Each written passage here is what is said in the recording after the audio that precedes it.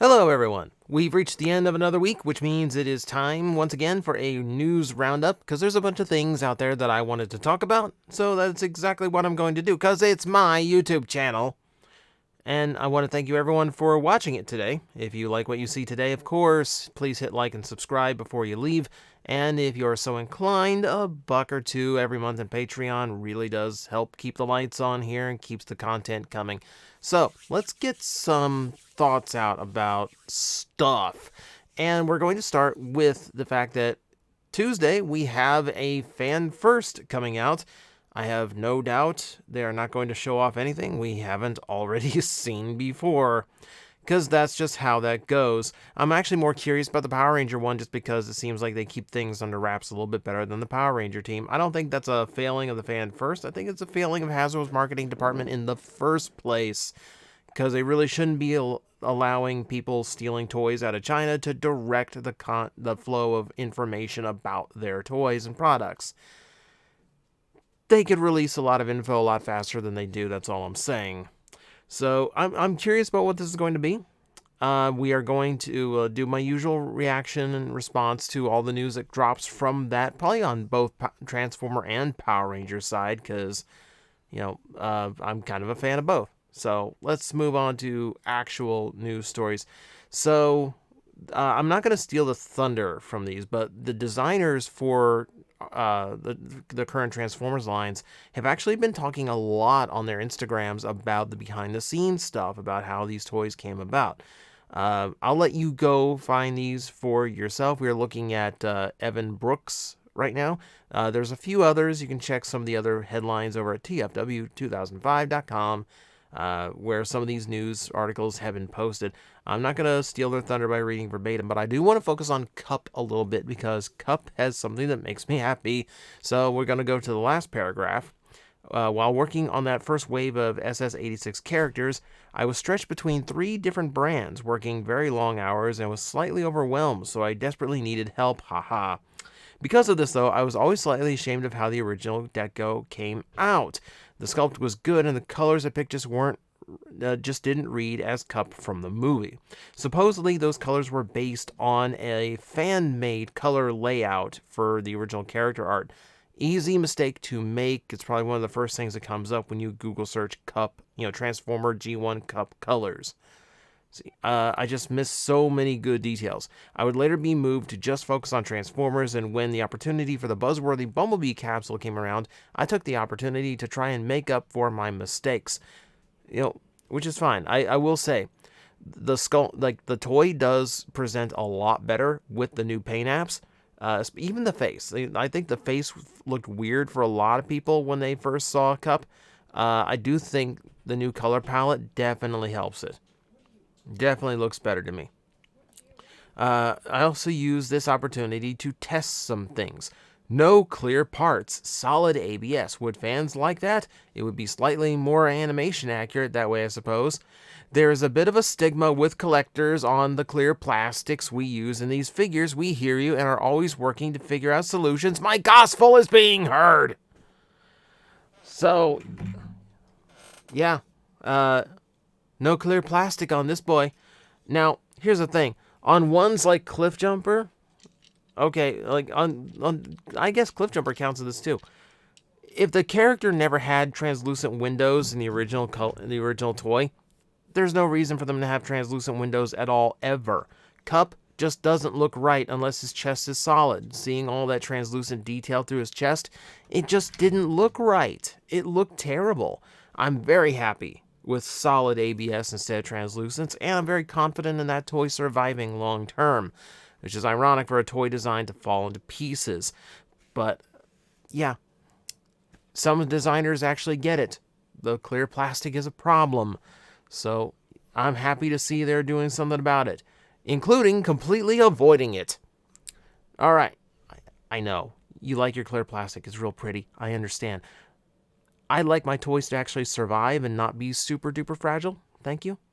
All right. Let's see. Moving on. eHobby released a couple things that equally confuse me in very different ways.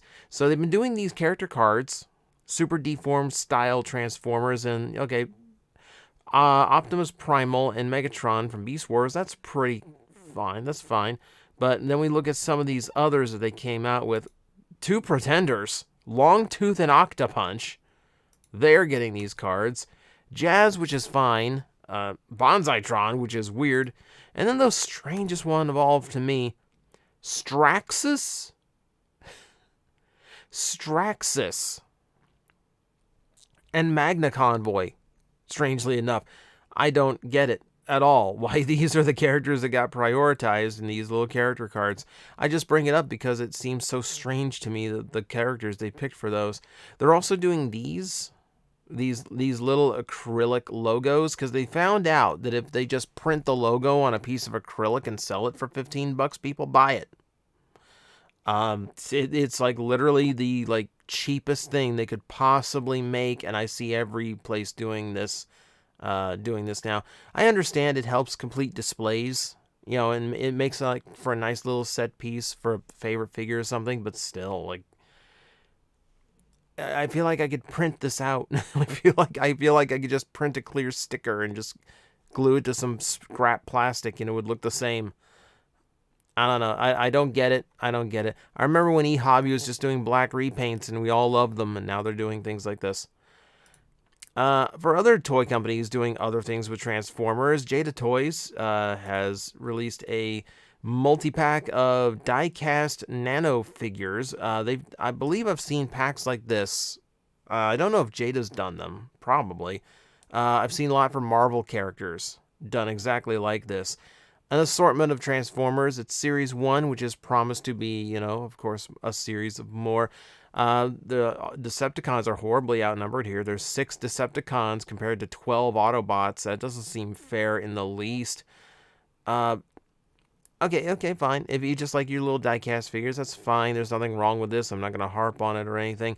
I am going to question why Thundercracker and Starscream have the same sculpt, but Skywarp does not. I will never not be angry at designers for doing things like this. You make them all the same or you make them all different. Don't split the difference or it will look weird. It's super weird that, Skywarp is the only one with this little blast off effect and a different pose. I don't know. It's like all of the others are completely unique sculpts, and then they cheaped out on Thundercracker. So I don't know why they stopped there. It's frustrating. All right, I'm nitpicking at that point. I'm just nitpicking this. How about we talk about a real toy thing? We're getting a 3-pack of it's called a Transformers Primal Team Pack. It is rescan rescue bot figures, 3-packed together. I don't know if these are repainted or not. I don't think they are. They look like they're just straight up re-releases. It's a nice chance to get 3 thematic ones all together. And honestly, there's always been a fondness to me for things like this. I think the rescan ones were really fun. And it's one of those concepts I really wish would move over to an actual Transformers line. Not that these aren't actual Transformers. So watch my language there. But I do think the rescan concept makes for some really interesting toys.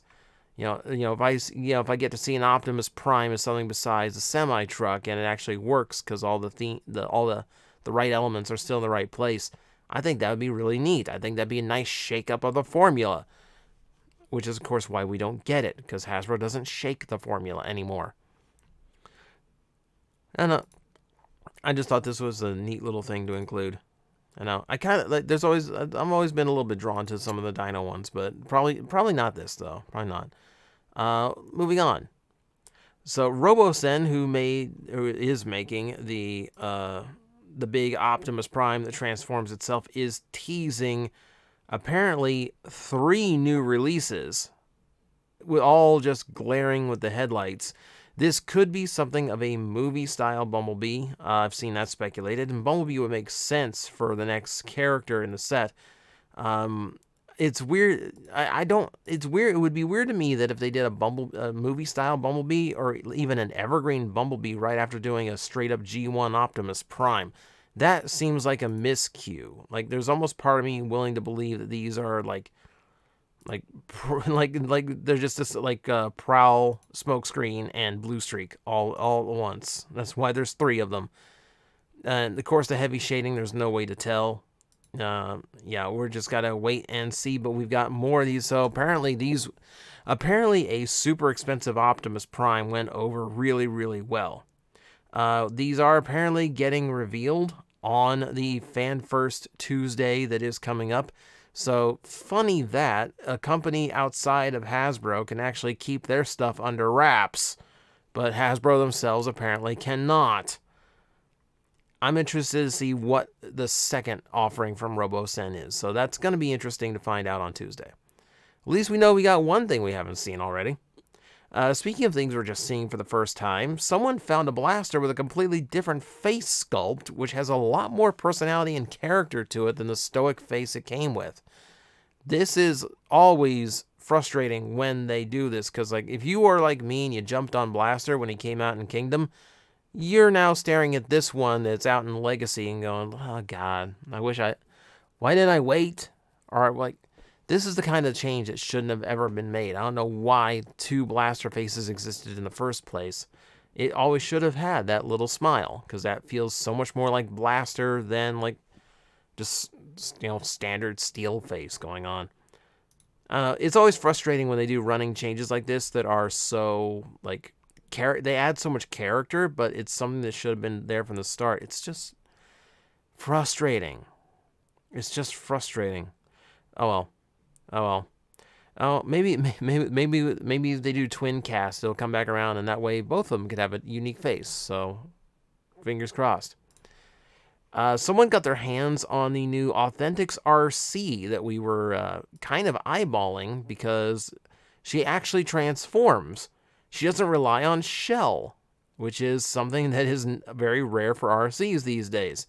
When looking at these photos, we will remember she is very tiny because she is part of the Bravo assortment, the smaller ones. She's not one of like the big 7-inch alpha ones.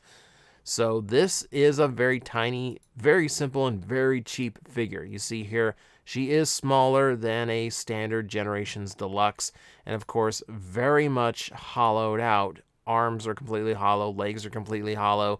They're meant to be cheap for kids to buy, for parents to buy their kids so they'll shut up and won't bug them for a toy the entire time they're in the store. That's why these exist. What's interesting to me is that it is a fully formed Arcee transformer that actually is using parts of her vehicle to make the parts of the robot, which is something we never get. And I feel like that is a very important step in the right direction. If you look at the back shot here, you could see where the rear section of the vehicle mode could be providing the arms with a little bit more bulk than they're getting, or they could form the more traditional backpack for Arcee. I look at those legs and I see where there could be a hinge going down the left and the right sides that fold the sides of those inward, which would hide the wheels and give her legs that narrower profile that we're more used to with Arcee, but still has a little bit of bulk to her. I feel like this is the right formula, but the formula isn't strong enough. This needs to be reduced down and simmered and given a little bit more depth to her. If we're going with like full, we're going full for the soup analogy here. Yeah, this I believe is the start of what we need to get out of Arcee. It's definitely not there yet, but it's encouraging. It's encouraging to at least see that someone designing Transformers at Hasbro isn't relying on shell just to make an Arcee toy. All right, moving on. We have our first in-hand shots of Legacy Galvatron, so we get to see him side by side with his prior Kingdom counterpart. So basically, same figure, but now it seems like we're guaranteed to get the right shoulders, as well as no battle damage whatsoever. That goes for the blue that's across the purple, and that goes for the little scratches along the ankles. Hasbro put out a statement very proudly proclaiming that we listened to you And we decided that we are going to remove the battle damage this time so you can have a clean Galvatron. And to that I say, nonsense. And I say, no, my brain wanted to say a word that starts with B and ends with T, and that is what I really think about this statement. Here's the fact. Hasbro knew. Hasbro knew from Siege that we hated the battle damage, that nobody wanted the battle damage. We didn't want all these scuffed up looking Transformers. We wanted them to look clean, especially when they were touting cartoon accuracy in the robot mode. You know, I'm still annoyed. I'm still annoyed that the cleanest that Voyager Megatron toy ever got was his 35th anniversary animation color version. And I think it's a beautiful figure. I think it's a really unique deco. But those fake metallic shines painted onto him, they don't make him match any better than the battle damage did. So I still don't have a proper Megatron for my Generations shelf that's, like that right Voyager size and like the G1 that I still don't have it. And we're this is series 4 now in this current iteration of Transformer engineering and budget. Frustrating. They knew 2 years before this toy came out that we hated the battle damage, and they put the battle damage on it anyway, because what else are you going to paint Galvatron into at retail? This is just their way of selling Galvatron again with minimum effort. In fact, it's cheaper to make now than it was the first time they ran it. And that's basically what it is. You see what they did with Arcee and Wheeljack and Blaster and even Coronation Starscream with just a few minor upgrades and extra parts. This is how they're just getting their money back on Transformers now. Instead of repainting them into different characters or having retools ready, they're figuring out ways where they can just re-release it and just sell it to you again over and over. Even if they have to do something deceptive like this.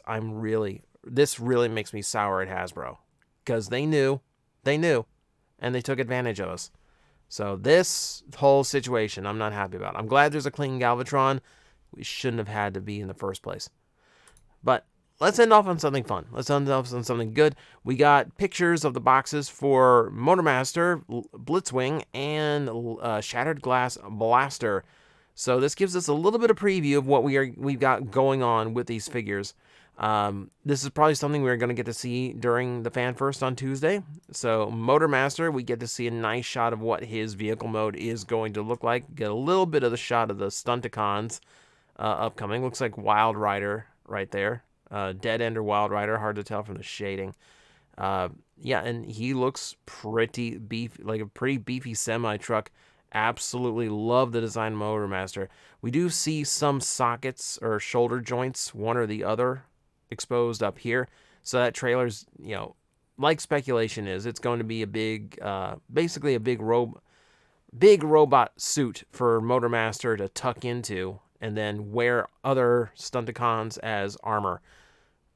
It looks like it's going to be full size. It looks like it's going to be a very big semi-trailer. That's actually really cool. Let's see. Moving on, we got shots of Shatterglass Blaster, who's very dark and hidden inside of his box. Very tucked away. Let's see. We do see a translucent red window, which means the rewind should also be red, if logic pans out there. Invisible in this box, but see it. The art's nice and ominous. Like, this is where stoic Blaster face is definitely appropriate. Though this feels wrong that we have this and not Shattered Glass Soundwave. Like, I'm really waiting for that reuse of the Netflix mold. Yeah, so that I'm sure is on the way. And yeah, and do we have a bigger? We don't have a bigger picture of Blitzwing's box. Boo, boo! I say. All right, so yeah, Blitzwing looking as cool as Blitzwing always does.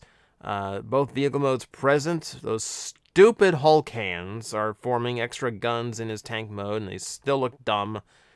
Really wish I could see the back of the box so we could see how the actual features are supposed to look. But I will take what I can get, and that is what I get is a quick little preview of my favorite Decepticons box, and about as good as I'm going to get for now.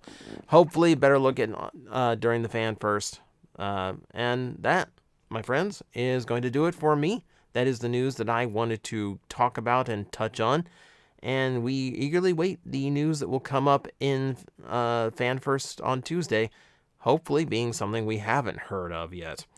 Thank you guys for joining me. Thank you for watching, and thank you so much for supporting the channel. It means the world to me that you guys let me continue to do this and actually get away with it. So, thank you once again for watching, and I will see you tomorrow. Guys, I am facing the most powerful enemy any YouTuber can face, the algorithm, and I need your help to defeat him. Hit the like button, hit the subscribe button, hit the notification bell, and leave a comment. Every time you do, we attack that algorithm and we drive it back until it can no longer defeat this channel. Thank you very much.